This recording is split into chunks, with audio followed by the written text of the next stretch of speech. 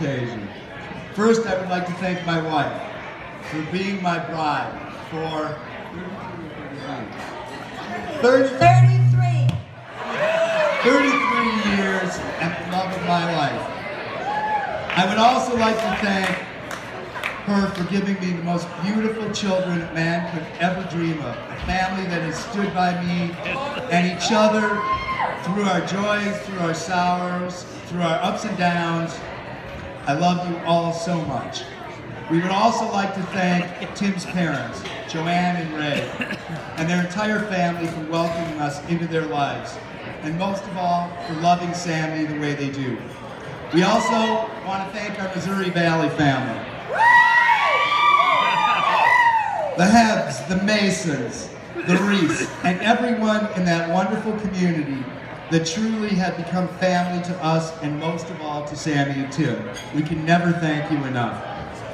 All right, now I want to tell you a couple stories about Tim and Sami and how we got here today. In February, Tim and Kyle came to Arizona to visit me while I was there to ride a rodeo.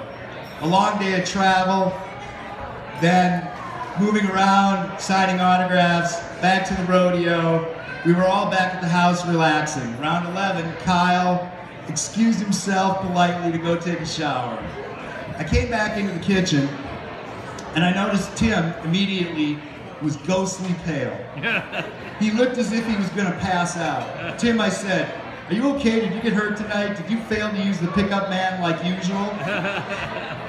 He began mumbling, stammering, and a lot of ums, ahs, and well, after about 8 seconds of no audible word whatsoever, he blurted out, "Can I marry your daughter?"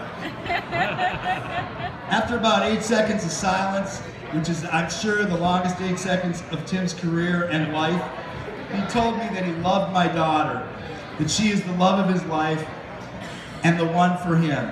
And the best part, he said, "I only want to do this once in my life."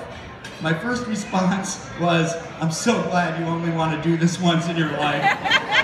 We laughed a little. I actually remember thinking for that moment that I wished Ray had been there. Wished Ray had been there to see his humbleness. It was so great. I was trying to decide how to respond because honestly I was not expecting this to happen on this day. I waited long enough to realize that this might be the only moment that I was ever going to have to tell Tim anything. "Tim," I said, and I put my arm around him, I said, "You have my blessing to ask my daughter to marry you on one condition." Not exactly what Tim wanted to hear, but the color was back in his face by then. I said, "Tim, you promised me that Sami and you will talk about everything. Your hopes, your dreams, your fears, your goals, family, children, faith, and listen to each other and laugh a lot." He shook his head yes and agreed with my request, and then I said, "This conversation you're about to have with Sami is going to be a lot longer than 8 seconds." It was a moment between Tim and I that I will cherish forever. Now for my beautiful, amazing, capable daughter.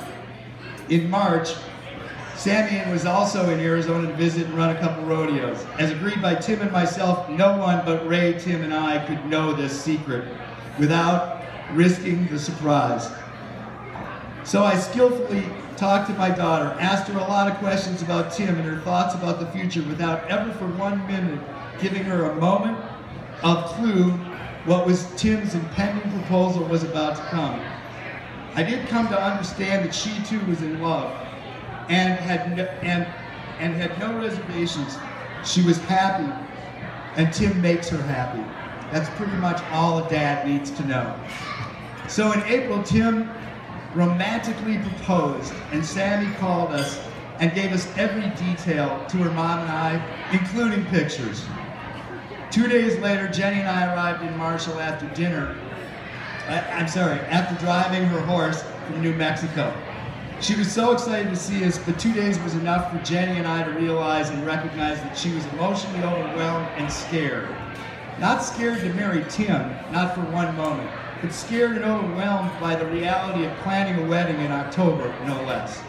I remember her saying to me, "Dad, did you know that most people, like some people, they have a complete idea and details of exactly what they want their wedding to be? I looked at her and I said, of course I had no idea about that.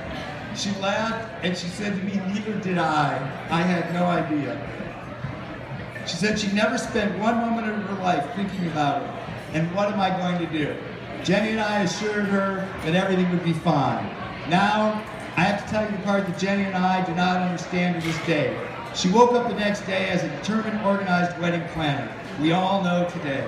For those of us in the entire process, it was one night and she was transformed.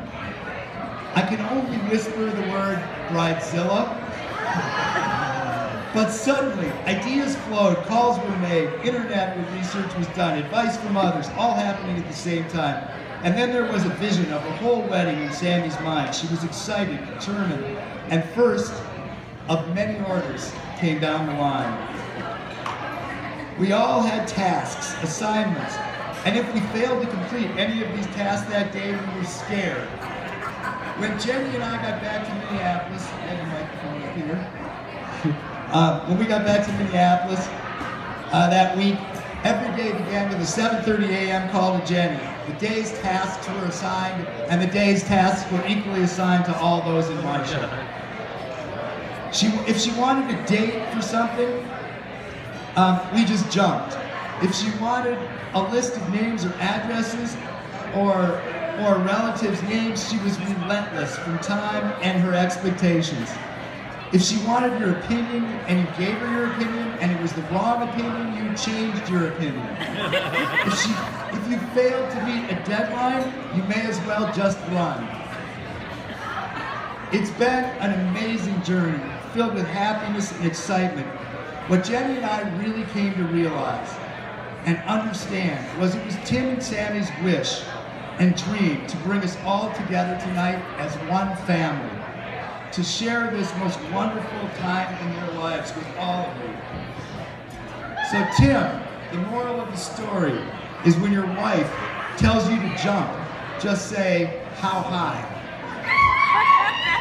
Sami, Tim, what a fantastic thing you've done. Congratulations to you both. I am now privileged to ask you all to raise your glasses for a toast to Tim and Sami, to a wonderful life together. We love you both.